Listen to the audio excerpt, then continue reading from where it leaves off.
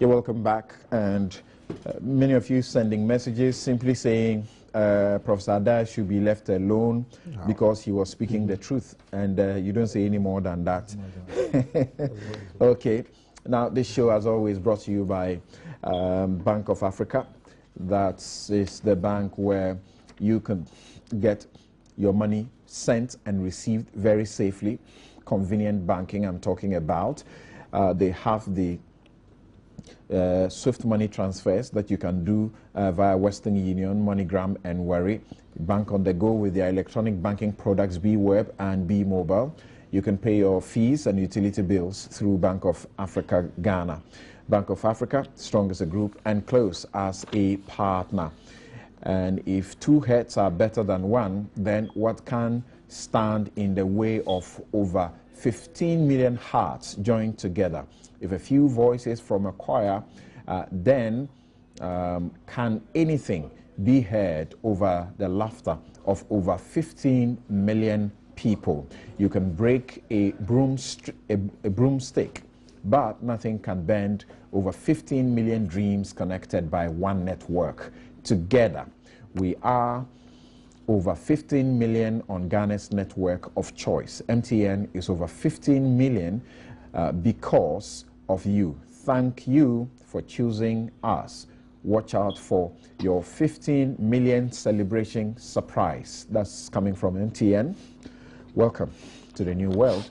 MTN is everywhere you go. The Ghana Investment Promotion Center, under the distinguished patronage of the President of Ghana, His Excellency John Dramani Mahama, presents the 14th edition of the Ghana Club 100 Awards under the theme Impact Investments and Sustainable Economic Development. The awards will honor 100 companies that are blazing a trail in their respective industries. Keynote speaker, Mr.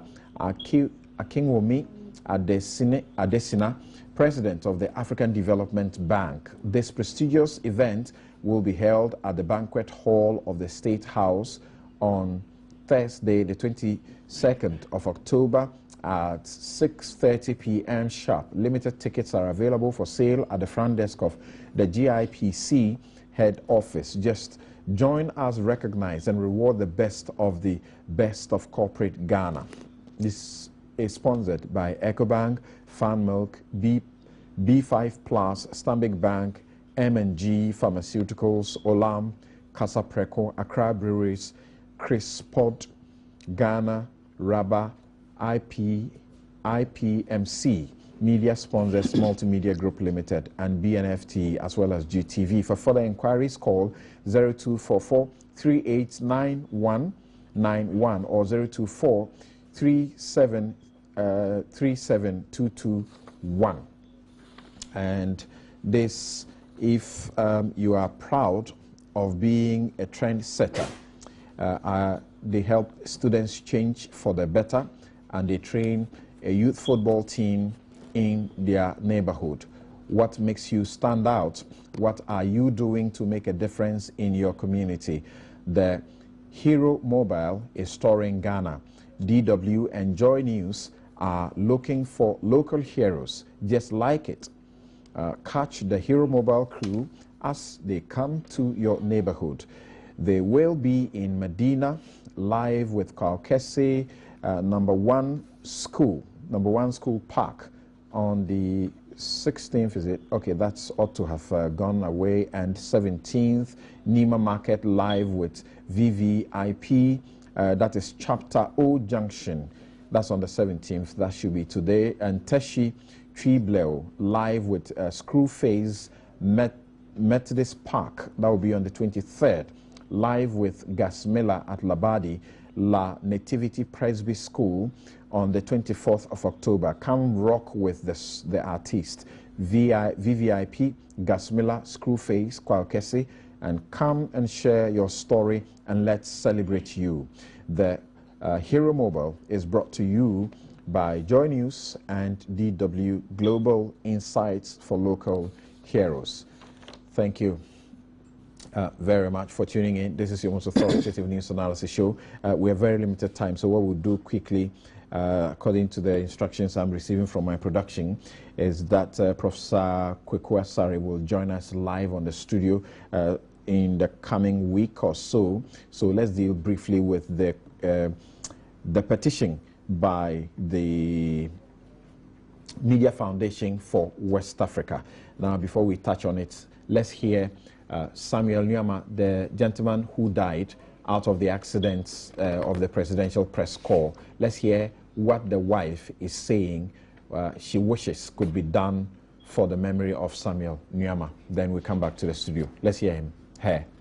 Almost 2 months now. It was August 20th. A week today will be exactly 2 months. And in the past 2 months, how has it been for you? It's very, very, very tough, my dear. Very tough. It's been tough adjusting. It's been tough accepting that he's really gone, taking care of the little boy, adjusting to, like, I don't know. It's been tough knowing that I'm alone now and I have to stand and take care of the little boy.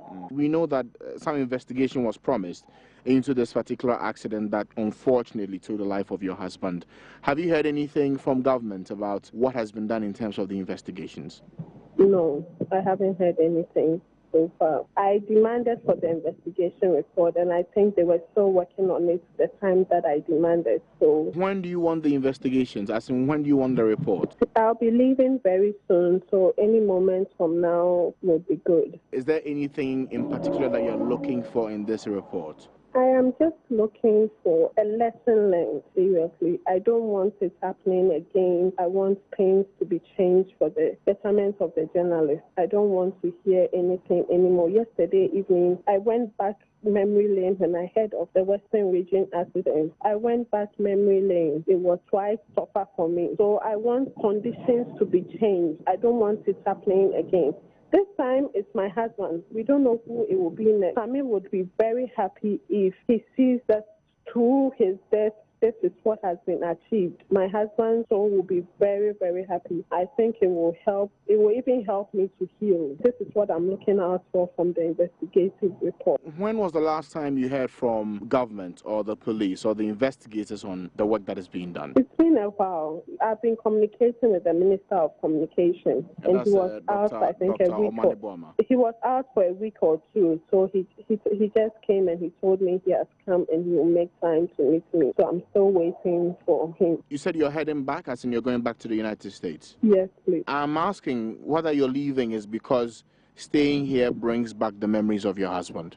Staying back is bringing so much memories, and I'm schooling, so I have to get back and readjust and get back in school. All right, so that's the wife, widow of Samuel Nyama, of the statesman. The New Times, Corporation, the newspaper that he worked with and was reporting from the presidency, and you know what happened. He died, and some others of his colleagues suffered various injuries, went to hospital. All of them, we understand, are now doing very well. But after how long, the report about knowing the circumstances of what exactly happened, she doesn't have a clue, and she's not happy about that. That's the first thing I want Kweku to speak to.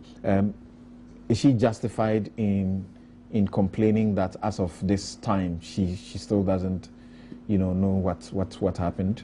I was shocked. Why not?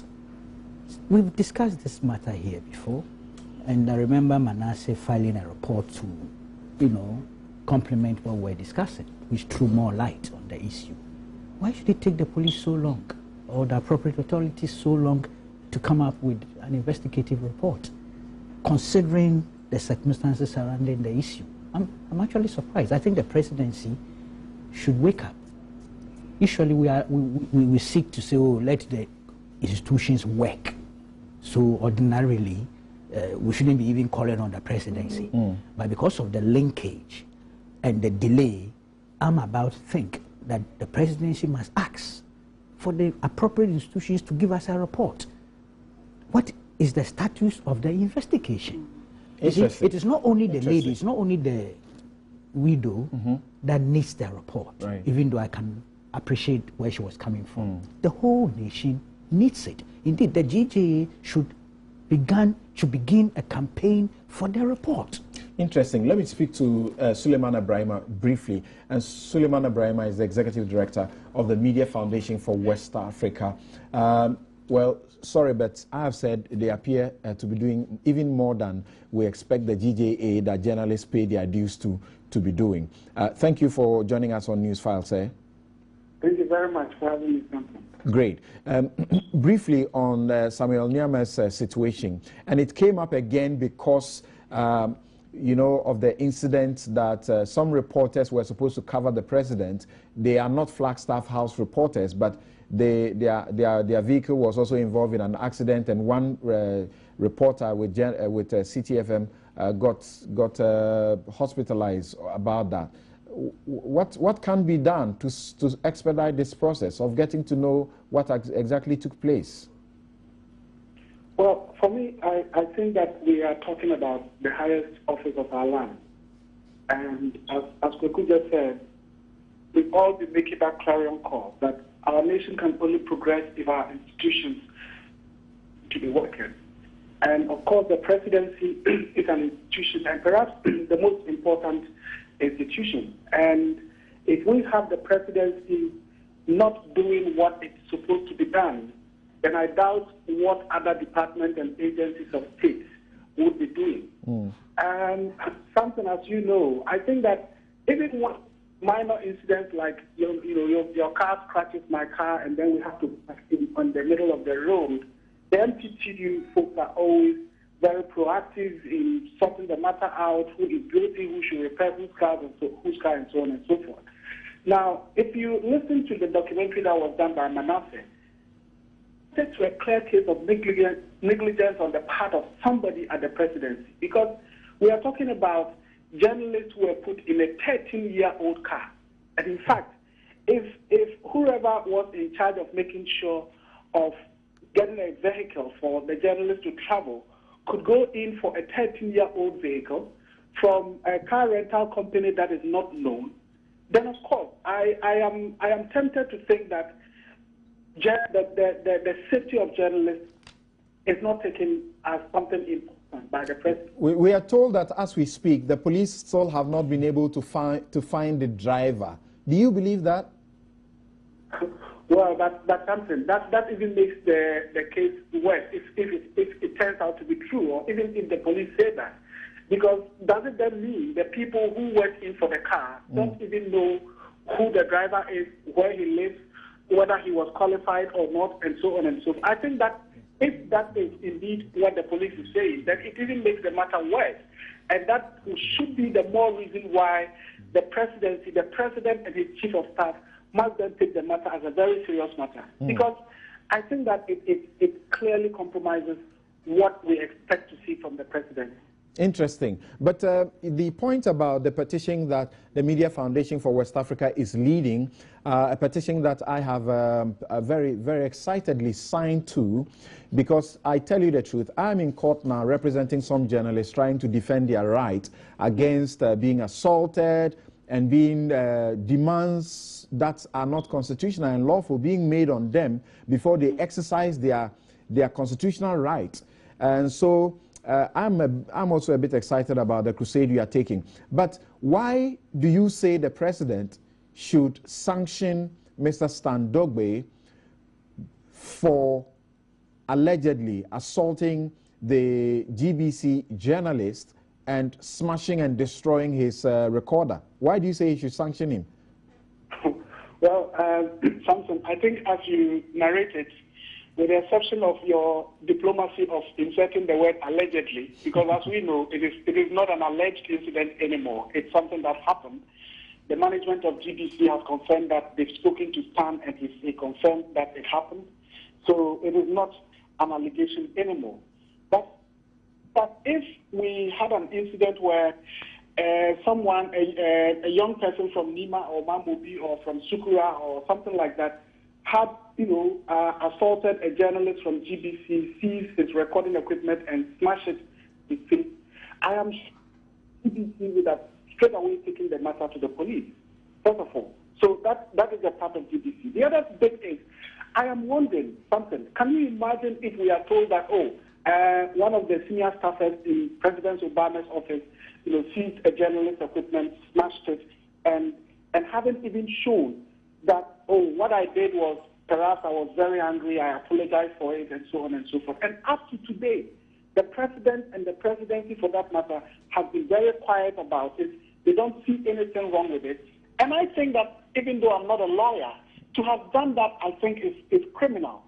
And we are doing this because we think we shouldn't have a country where somebody steals a plantain, goes to jail for 1 year. Why do you say the presidency is unconcerned when we have been told that the chief of staff is investigating this matter?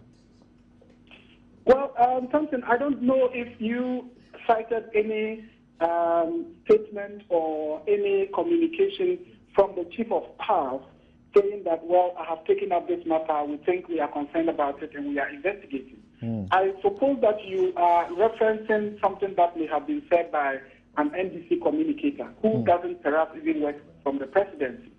And so, for me, I don't think that it's a matter that the presidency has taken it serious. So far, they've clearly demonstrated that they are unconcerned about it. Okay. And the message and the signal it is sending is that, well, for people at the presidency, they can commit any crime. And tell me what sort of sanctions are you expecting the president to take against Stan Dogbe? Well, I think that there are variations of opinion on this among the 155 journalists who endorsed this petition. While others say, well, they would only be confident sanctioned from the office. Others are of the view that what they expect to see is, even if the president comes out to say, look, I totally condemn what happened, I think that it was unprofessional, particularly coming from somebody who has practiced as a journalist before, who publishes a newspaper. I think that it is something that I wouldn't tolerate, and I condemn it in no uncertain terms. Kweku Bako has also said so, that he should be reprimanded. And there are those who say, well, you guys seem to want to deal with Stan Dogbe with kid gloves. Because why? Why should he just be reprimanded? He should be removed because he's not fit to be in that office. But well, because he's a journalist like you, yeah. No, I share in that view absolutely. My personal view is that Stan Dogbe is not fit for where he works from. Because if you're working with the president, and as we all know, or some of us know, Stan is very close to the president. And if he puts up such untoward behavior, it definitely affects the reputation of the president, the image of the president. Sorry, but very finally, tell me this. Is it not curious that the 155 journalists who have signed from over 40 media houses, you don't find one who is from the GBC, who's it's their colleague who was assaulted in this case. None has signed. No, Samson, I'm not surprised at all, because look, if you talk to any GBC journalist, the first thing they tell you is that, look, we cannot speak. We will be punished. The management will not tolerate that. I think that is extremely embarrassing. Okay. Coming from the state broadcaster. But at that point, if you work there as a journalist, unless you decide that you would risk, whatever management sanctions would be, you cannot speak up. Interesting. And then we talk about... Interesting. There are a very huge number of journalists who are saying that they wanted opportunity to sign, but they didn't get that opportunity. What should they do in 1 minute? Well, Thompson, I think that the petition is now online, and I should say that so far we've had even more than the originally signed who have put up their names to be included in the petition. And along the line, here from the presidency, we're going to let the president know how many more journalists are demanding action on... Where should they go online? That's the question. How do they sign up? They can either go to our Media Foundation's website, MFWA.org, or on my Facebook, it's there, MFW, Suleiman Abrahima. If you go there, you would find it there. And I think that many of you, the courageous ones who signed up to the petition and stood, I think quite a number of you have also shared the platform that allows people to... Thank you very much. Suleiman Abrahima, thank you very much, who is the Executive Director of the Media Foundation for West Africa, leading a crusade against what they say is impunity against journalists from the highest office, the presidency. Kweku, you said reprimand. There are those who say, you are saying so because Stan is also a colleague journalist. Of course. I said either reprimand publicly or reassign.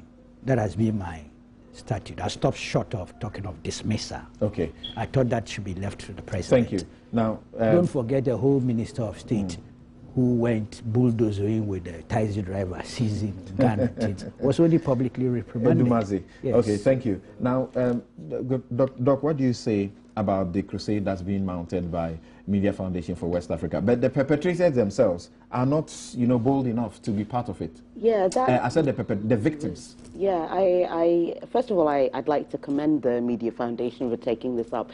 It's important that we jealously guard press freedom. But I'm also, it made me wonder that if, as was purported, that some of the GBC broadcasters might be scared to come out and even sign this, for fear of losing their job. It makes me wonder what else they're also scared to report that they might have seen that might the general public need to know. So that really stuck out with me. I know we're very short of time. I'd like you to speak to the other panelists. Well, that's a good one there. Now, let's hear you. Abraham, what do you say to all of this crusade? No. I'm not interested in the crusade. What I'm interested in is the drawing of the president into this accident matter. In this country, we all know that if accidents occur, there's an institution that is responsible. You have the DVLA and you have the police MTTU. But drawing the presidency into it is unacceptable. So let's deal with the institutions. It is his office. It doesn't matter. If my chief's car in my village gets an accident, it's not the chief's palace that conducts the investigation. Okay. Mechanical. Nana, 1 minute. Well, the president comes into it over the conduct of Mr. Stan Dogbe. Mr. Stan Dogbe attacked the journalists, destroyed state property. Hey, all of us can act in certain ways out of anger. We expected a simple apology, acknowledgement that yes, some wrongdoing has gone on, and apologize. That apology has never come. It affects the office of the president. So now the crusade to sanction Stan Dogbe comes from the fact that he hasn't apologized for the assault against the journalist and destroying state property. And he's in charge of, one of the people in charge of communications at the office of the presidency. And the president, too, is also quite on the matter. Interesting. As always, my outfit is provided by Latida. You can contact Latida 020-433-6444. 020-433-6444. And you would get the best that Latida has to offer you. Latida, be in vogue. And I want to say thank you to my guest, Abdul Malik Kweku Bako, Editor-in-Chief of the New Crusading Guide newspaper, Dr. Jumaima Nunu, with Gimpa Business School, Nana Akomia, Director of Communications of the New Patriotic Party, Abraham Amaliba, lectures in law and is a member of the NDC's legal team. Samson Ayanini, thank you very much. Have a good afternoon. The show is repeated at 9:30 on this same platform. Thank you very much. Newsfile.